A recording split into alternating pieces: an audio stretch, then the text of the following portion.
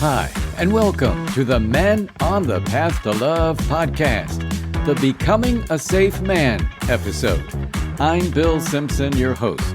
I coach men who are rebuilding their lives and relationships after breakup or divorce, helping them understand their relationship patterns, grow into the best version of themselves, and create deeper love and real connection, showing up differently for the next chapter of their lives, so they can live the life they love. So in this episode, I'm wrapping up my series on becoming the man capable of a healthy relationship. Over the past several weeks, I've talked about becoming a different man, not just simply finding a different partner.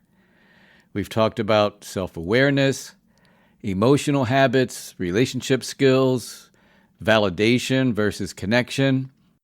All of those things matter, of course. But in this episode, I want to talk about something that lies underneath every healthy relationship, and that is emotional safety. Now, when most men hear the phrase safe man, they usually think physical safety. Like, I don't hit women. I've never been violent. I don't scream. I'm a good guy. And again, those things absolutely matter. But emotional safety goes much deeper than that, because someone can feel physically safe with you while at the same time feeling emotionally unsafe. They don't feel comfortable expressing themselves. They don't feel heard or seen. They don't feel accepted. And they don't feel emotionally free around you. And until I experienced this personally, I honestly thought I was a safe man. I didn't get physical. I rarely yelled or raised my voice. And I didn't give someone the silent treatment for days. So in my mind, I felt like I was a safe partner. Then I found myself sitting in couples therapy. And that's where everything changed. Through that process, I discovered something that completely changed how I saw myself. I found out that I could be controlling. I got defensive. Instead of expressing what I was really feeling, I would keep it inside. And rather than setting healthy boundaries, I'd people please because I thought I was keeping the peace. But that wasn't how my wife at the time experienced me. She experienced me very differently than I experienced myself. And I got to be honest here, that realization crushed me, man. My ego took a huge hit. I felt exposed and I felt ashamed. And I remember thinking to myself, is this really who I've been? And thankfully, my therapist was incredibly gracious. She didn't shame me. She told me something that I'll never forget. She told me not to beat myself up, and that I was actually showing my courage by staying open to the feedback and owning what I knew deep down inside was true. Well, that didn't get rid of the shame or guilt right away. No, man, it took time. It took work. And it also took a lot of self-compassion and grace for myself. And eventually, I was able to hold my head high again. Now, that marriage didn't survive, but that experience absolutely became part of the man I would eventually become. It helped me become a better man for myself and for every relationship that came afterward. Because here's what I've learned coaching men. When I tell someone that they may not be emotionally safe, I never know what's going to happen. Sometimes there's curiosity, but often the very first response is defensiveness. Yeah, man, denial, explaining, justifying, all that. And I understand that completely. I get it because I've been there myself. And the real question isn't whether we become defensive. The question is, what do we do after that? Do we stay there, or do we become curious enough to grow? I remember one client I'll call CJ, not his real name, of course. He had been referred to me through the health center where I work. And from our very first meeting, I just knew he was a good guy. He's a good man. He was so genuine about how much he loved his partner. And I'll call her Nina, okay? He would have done almost anything for Nina.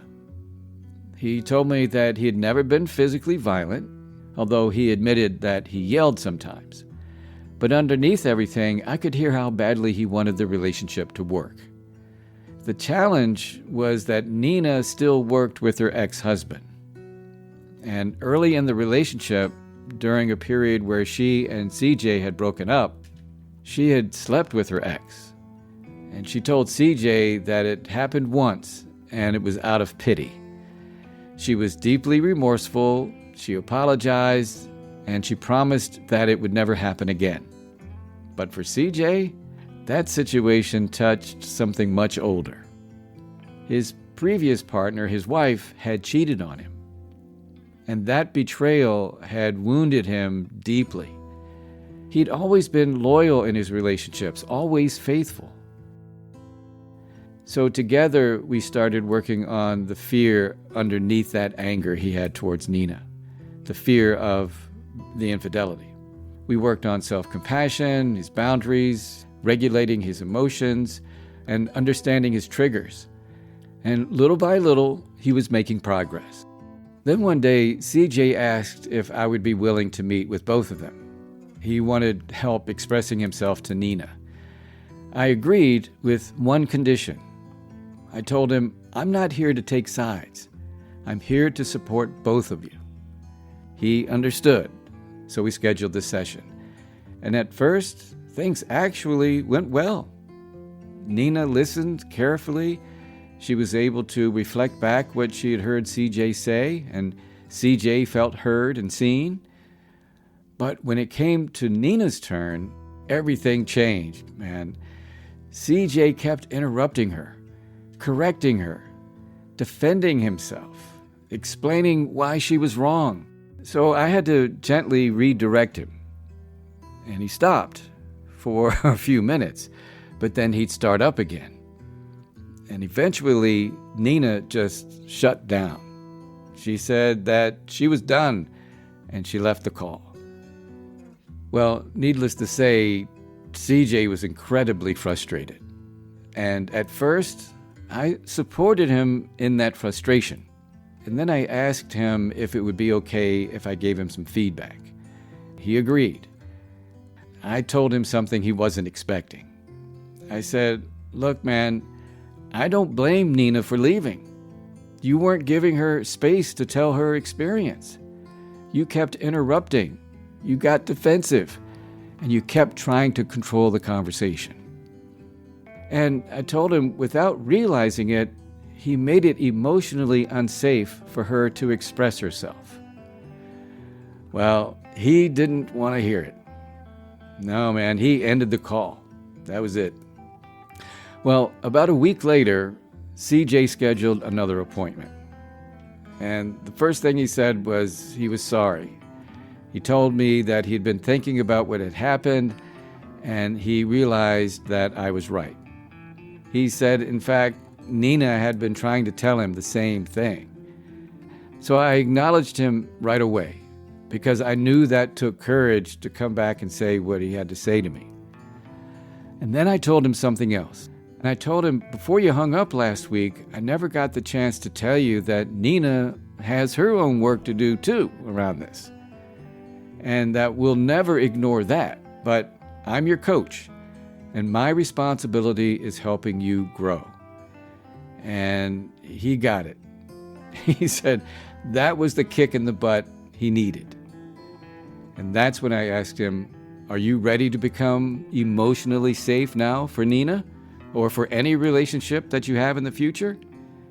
And he didn't hesitate. He said right away, yes. And that's when the real work began. Now, I think there's an important lesson here. Being a good man doesn't automatically make us a safe man.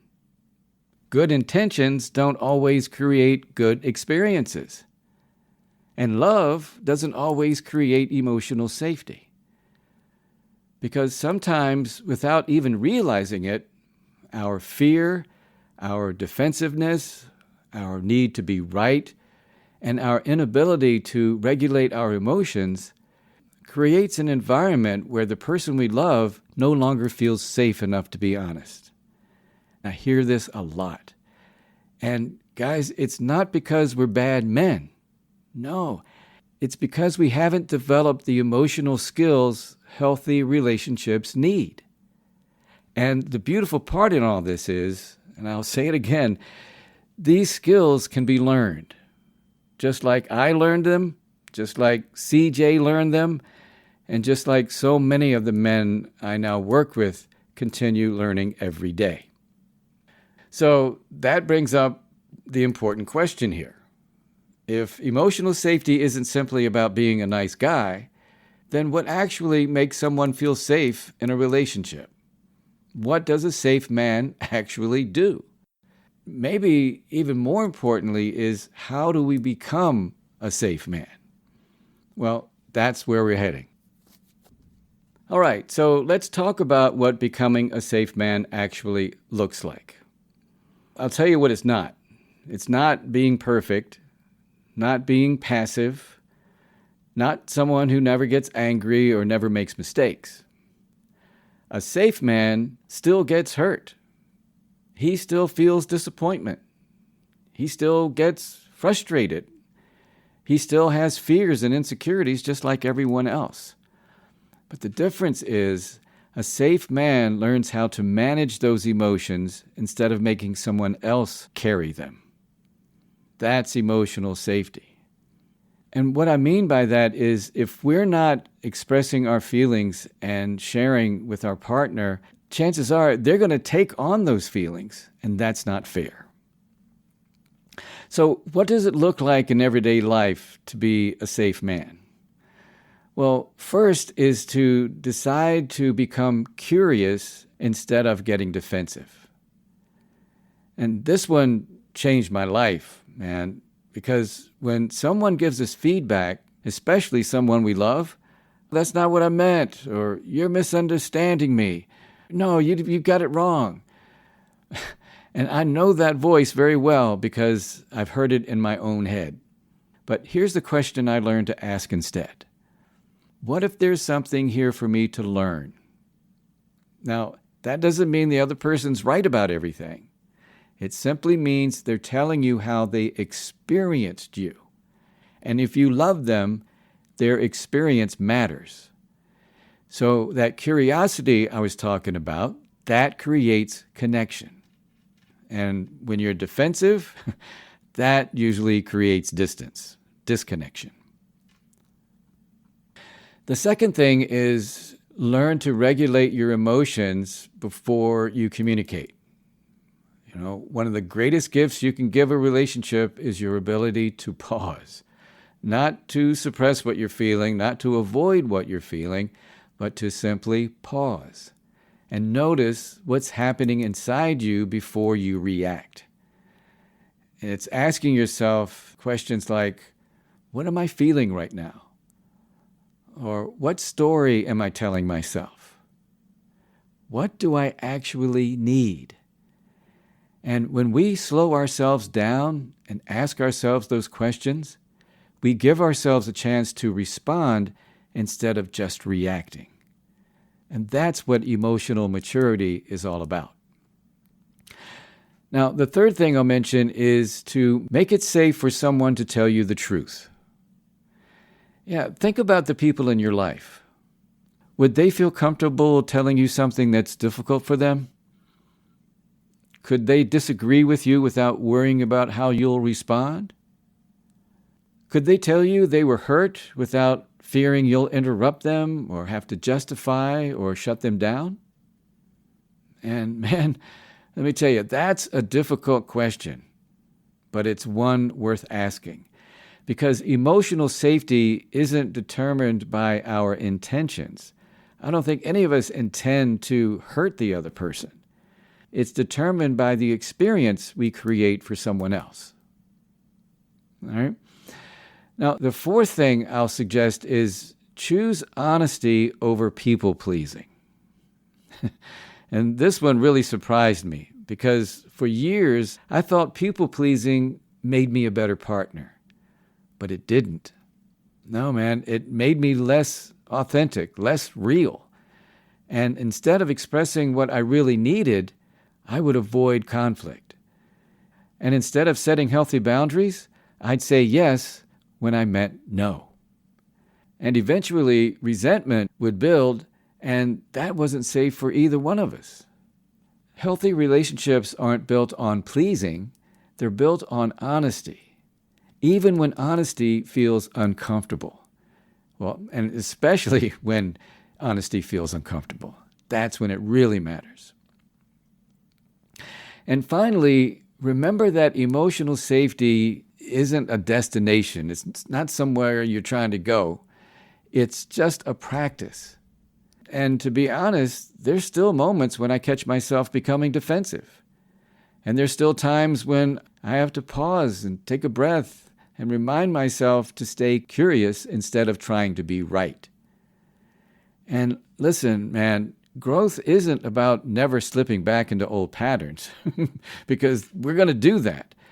It's about recognizing them sooner, taking responsibility for them, and repairing when necessary, and choosing to do it differently the next time.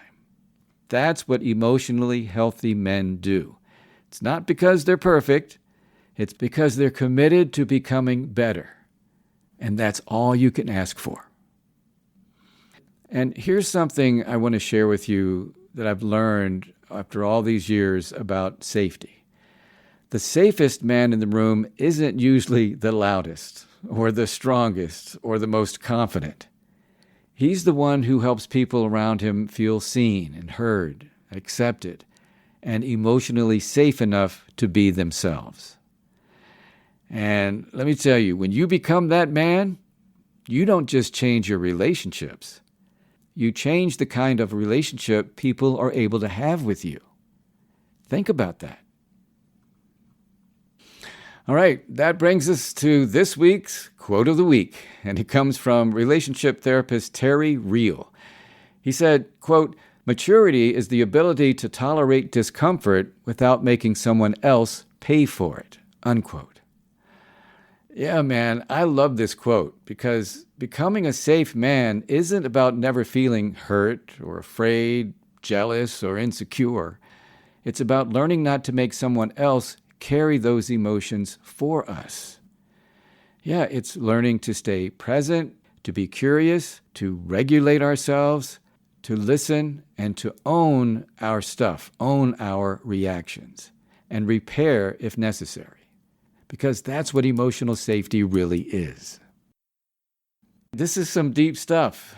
And if you feel like you need some support with creating emotional safety in your relationships, then I suggest you check out my website, menonthepathtolove.com. I've got resources and coaching opportunities right there for you. And listen, you don't have to do this alone. Just go to menonthepathtolove.com. And that will bring this episode of the Men on the Path to Love podcast to an end. The Becoming a Safe Man episode. My name is Bill Simpson. I thank you for listening. Now, as I wrap up this series on becoming the man capable of a healthy relationship, I hope one thing has become clear to you. Healthy relationships don't begin when we meet the right person. They begin when we become the kind of person who can create one. Over the past several weeks, we've talked about self-awareness, emotional habits, relationship skills, the difference between attention and real connection, and in this episode, what it means to become a safe man. None of this is about becoming perfect. It's about becoming more aware, more emotionally mature, and more intentional in the way we show up every day. Because that's really what growth is. It's not one big breakthrough, hallelujah moment. It's 1,000 small decisions that gradually shape the man you become. And that brings me to a question I'd like you to think about this week. What is one small way you can consistently show up that strengthens your relationships? or one small habit that might still be getting in the way? Because the quality of our relationships is rarely determined by one big moment, like I said. Most often, it's the small choices we make every day. And that's where we're headed next. In my new series, Living as an Emotionally Healthy Man, we're going to move beyond becoming and begin talking about what it actually looks like to live as the man you've been working to become. I'll explore the everyday attitudes, the choices, and practices that build stronger relationships, deeper connection, and a more meaningful life. Please join me next time for the first episode in the series. It's called The Small Things Emotionally Healthy Men Do Differently. And if you found the episode you're listening to right now helpful, then please share the link with someone who needs to hear it. Share the link and share the love. And until next time, keep your heart open and stay on the path to love.